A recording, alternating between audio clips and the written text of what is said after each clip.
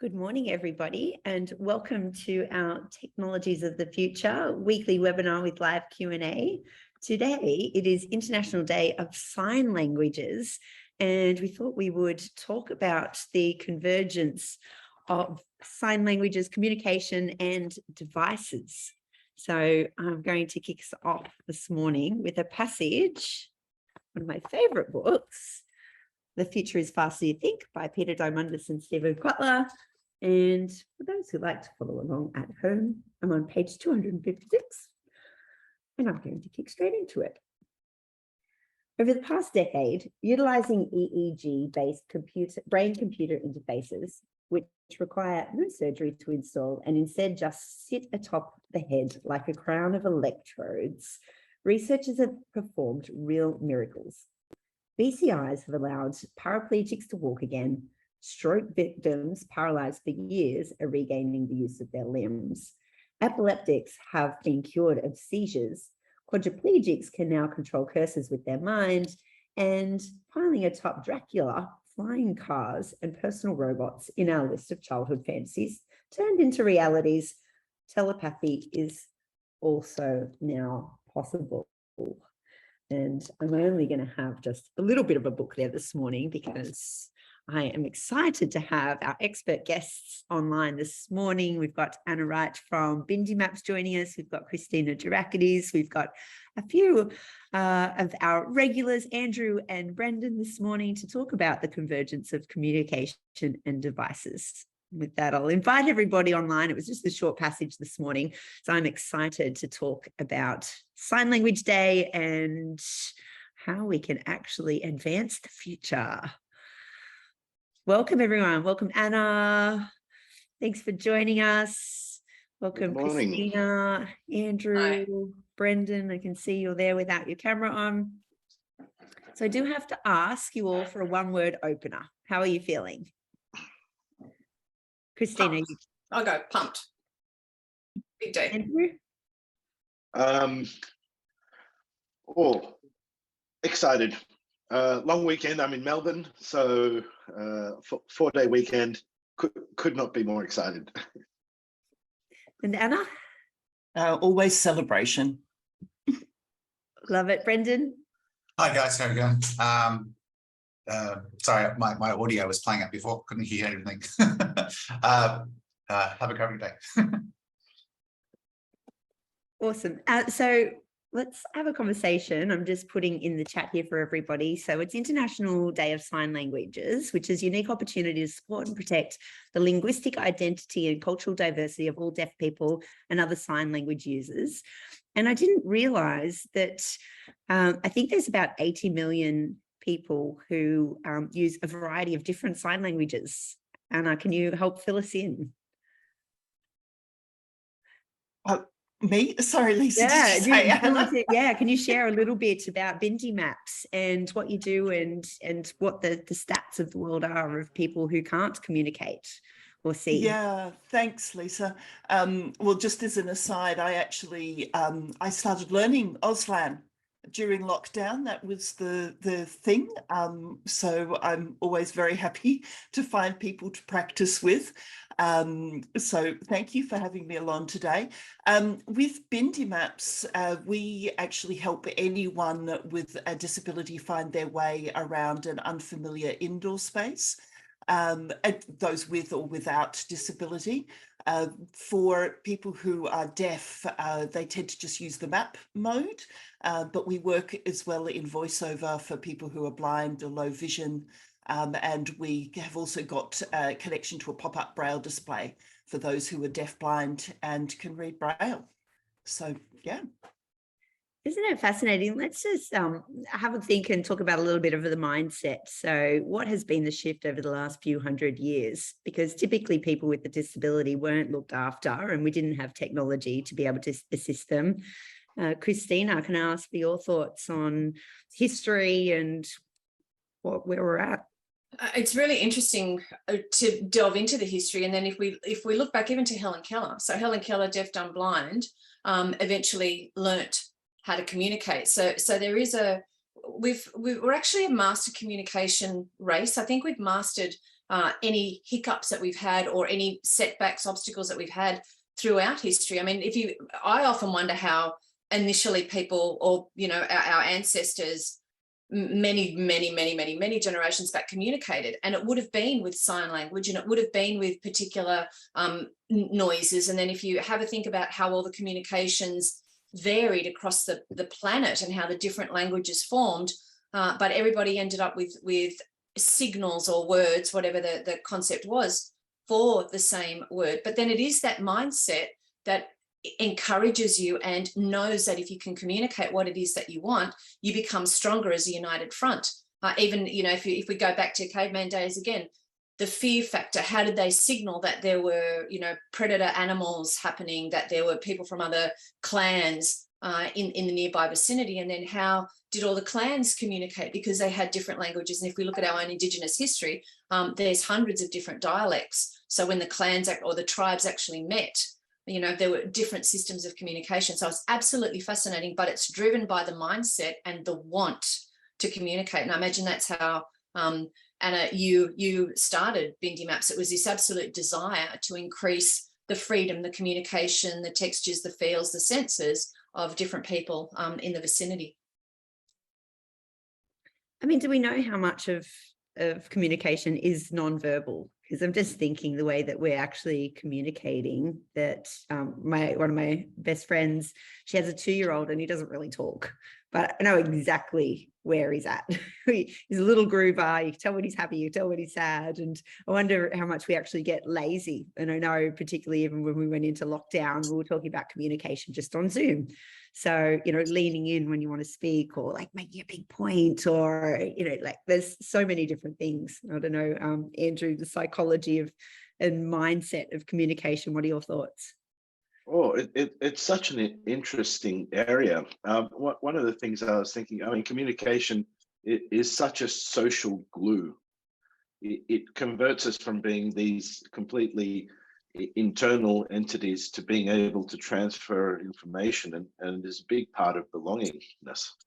And something I was thinking, because some of our team are based in Europe, some speak Russian-based languages, etc. And there are certain nuances and humors and things like that in different languages that just don't translate. Even say, for example, that there's a distinction in Russian between light blue or sky blue and blue. They're two different colors.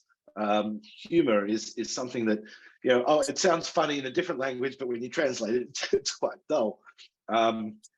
I think it's a beautifully rich thing, and I wonder. So going back to that, with sign language, it's a cultural identity of its own, as well as just a means of navigating the world, and I wonder how rich it is with things that maybe don't translate into verbal text. Andrew, I know exactly what you're saying, because like I'm one of those kids that went to Greek school, you know, didn't really want to go to Greek school, but it's totally interesting when you come across a word and someone says to you, what does that mean? And you go, well, there's all these nuances behind the word that actually don't translate.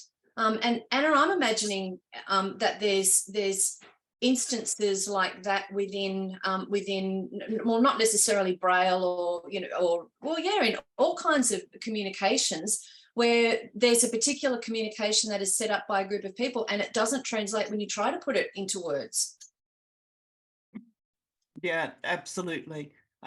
It's always fun. And on that, Andrew, so with Auslan, in particular, the only sign language that I know, that there are ways of placing people in space when you're talking to them or about them, which is not the way that we do it in English.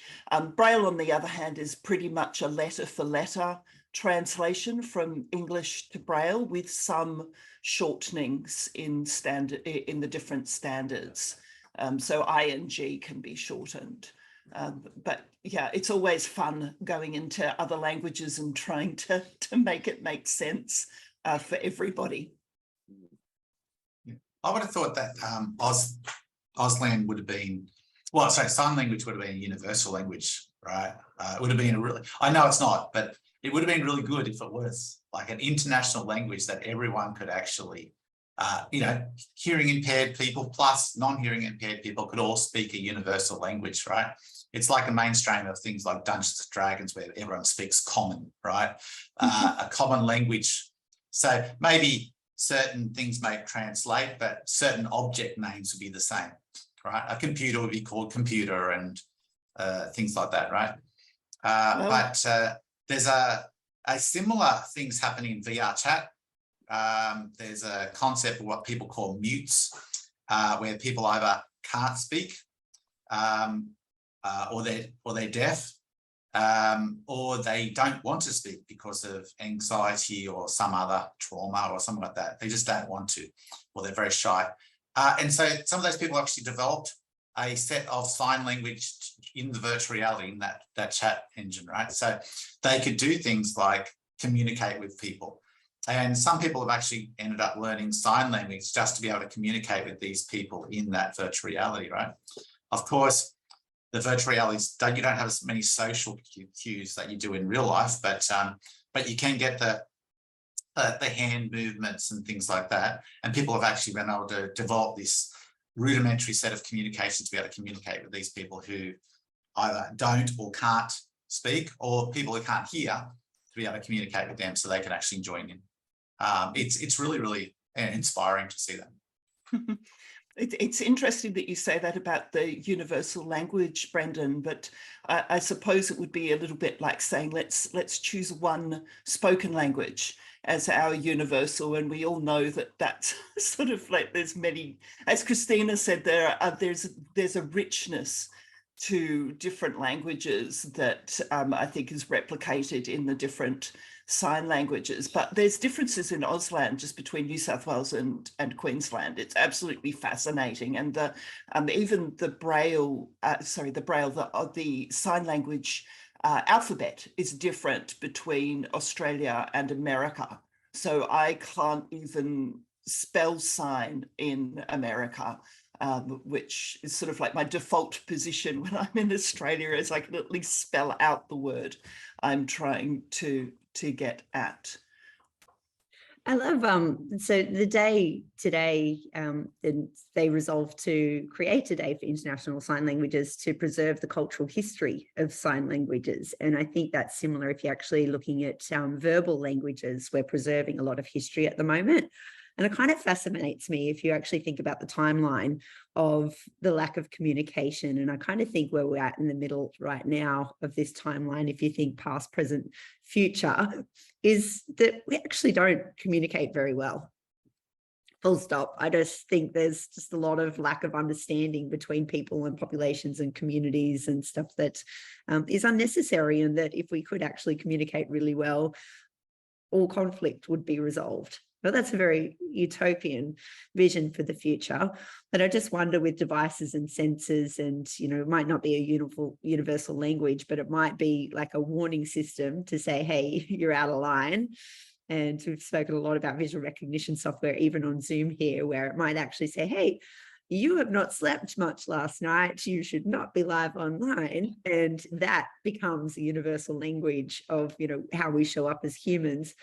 I think that actually leads me in to talk about technology. What are the technologies that you guys have seen that are promising for this future where we actually do communicate a lot better?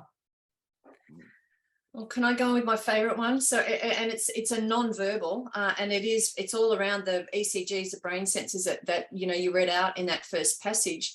And I was at a Singularity U event in Palo Alto, and I had a sensor on my brain, and it was picking up different emotions.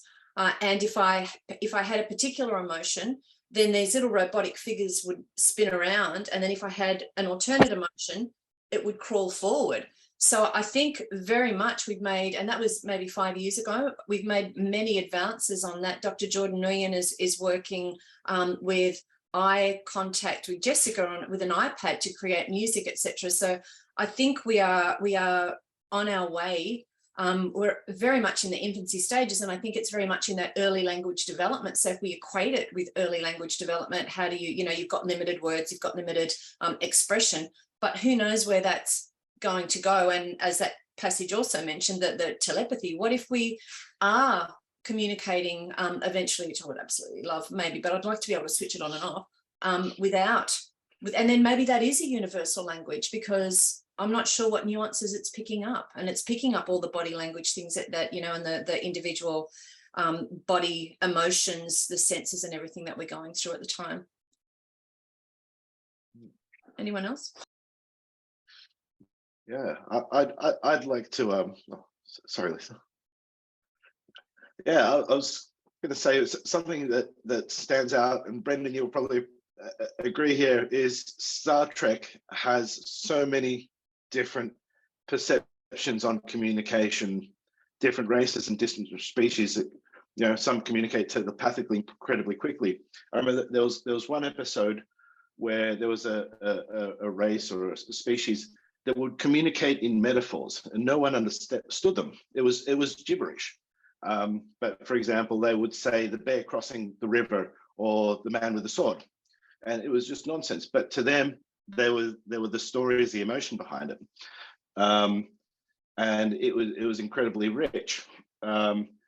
I think one of the technologies I currently like, which I think is going to form its language of its own, is emojis. A pictorial sentiment that tells a much richer emotion than perhaps what the average person that's not Shakespeare could write. But Andrew, is that dependent on perception? So how I perceive a happy emoji may not be the same way that you perceive a happy emoji, for example. So how do we know that? But I guess it's the same with when you said about the blue and the sky blue before. Am I seeing the same blue that you're seeing? Am I, that's probably not a really good conversation to have at 9:20 in the morning, but it's all perception as well. How does that factor in? One of the technologies that I love is Orcam, and they originally came out for the visually impaired, and they had glasses and they had a reading product where it would actually read and you could ask questions. And when I was at CES in Vegas a few years ago, they actually had the hearing product, and what it was doing is being able to block out background noise. And so you would actually have your headphones or have an alert system, and it would help you lip read. So on the glasses, it would actually zero in on who you were looking at, and then it would lip read and then be able to translate that so that you felt included in a party. And I know there's so many people, not just people who are deaf, that can't hear when you're in a loud party because there's so much background noise. And so it's just interesting, the use of assistive technology there. And instead of actually going and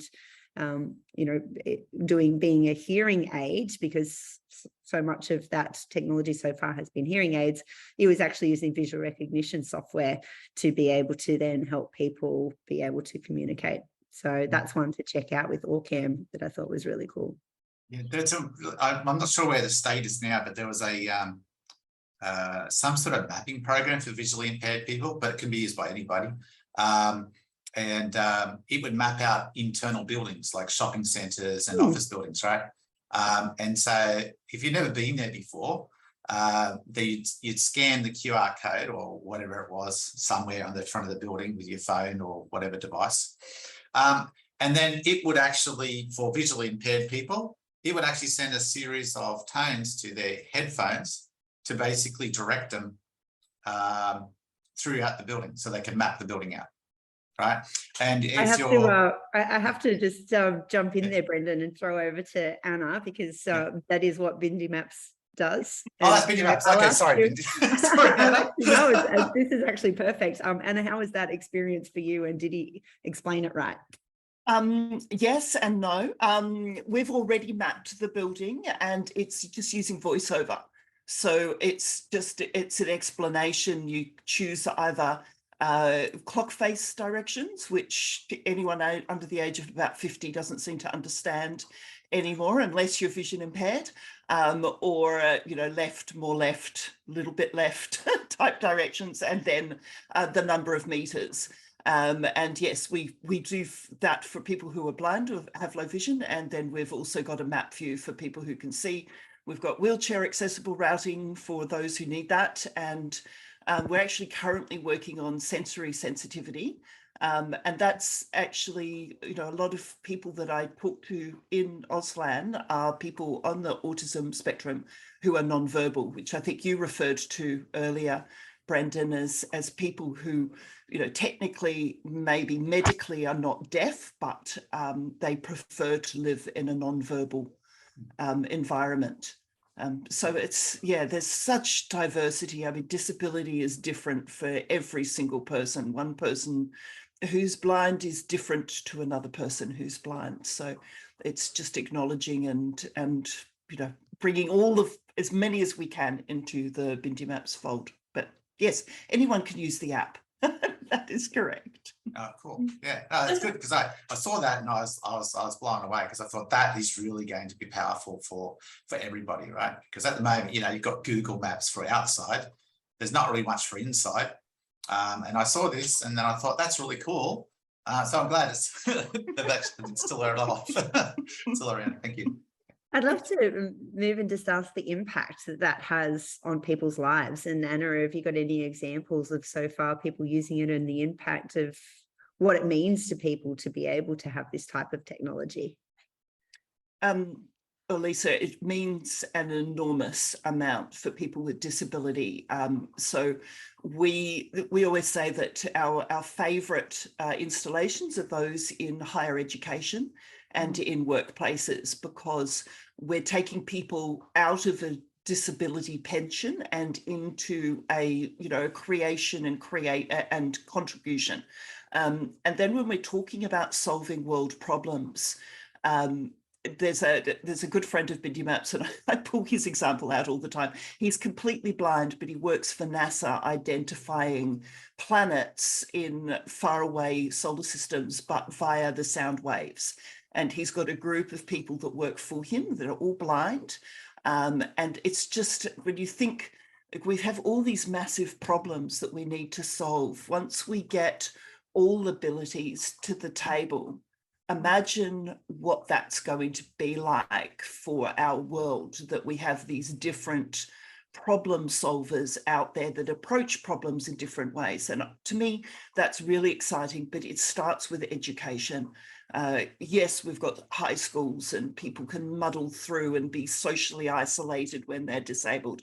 But if we can get more people visible in the community, more people learning. I mean, I'm horrified that it's, my children got to choose between Japanese and French, and I wanted them to choose Auslan because, why not?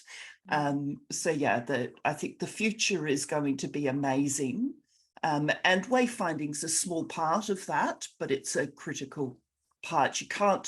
You can't study at university with all of your screen readers and everything if you're blind, if you can't actually find the classroom. And teachers that leave helpful notes like classes cancelled in writing on the board, it's just not helpful. So. It comes back to that hyper-personalisation. What I'm hearing is that we all have individual and unique gifts, and these amazing people that work at NASA who are sight impaired, but more than, I'm making an assumption here, but their hearing is much more acute, definitely more acute than mine, but much more acute. So it's that hyper-personalisation of gifts where you have that biggest impact, I think. And all the different communication channels have been created because somebody needed something or wanted to be able to communicate, or wanted somebody else to be able to communicate. So I'm really big on that. Yes, we're very much communication and convergence of everything from a personal, hyper-personalized, unique contribution, which I think is massive and wonderful for everybody. I am going to ask you all for a vision of the future, because we're just about time. So the question is, it's the year 2042. You've just woken up. Based on what we have been talking about, what does the world look like? And Andrew, I'm going to go to you first. All right. I think the average person will know a minimum of 2 languages. Auslan will be something that is considered a mainstream language for us to be all inclusive, and even develop our own personal richness. Brendan. I think the augmented reality will take place of some of the issues we've got at the moment.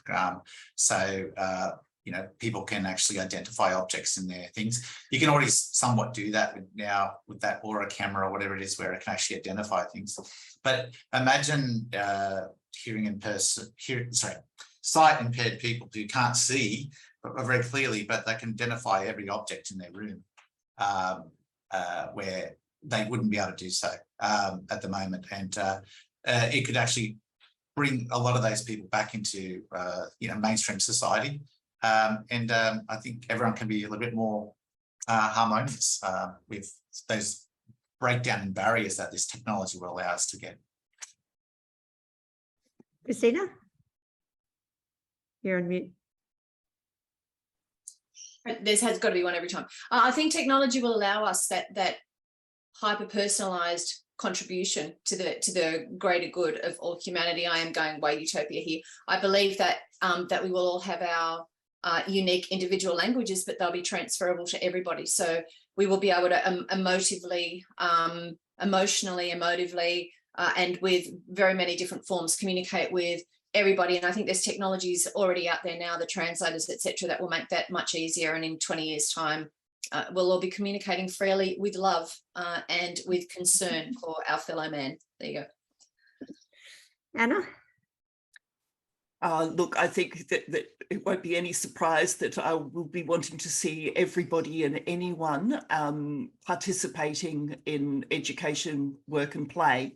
But on the other side, I also have that, you know, the little joke that I always say is that hopefully by then every person, regardless of level of sight, will know how to shake hands with somebody who's blind, because everybody is part of our society, and it's not that sort of us and them anymore. We're all inclusive. I love that. And I did actually read on the International Day of Sign Languages today, there was a quote that said, "Nothing about us without us."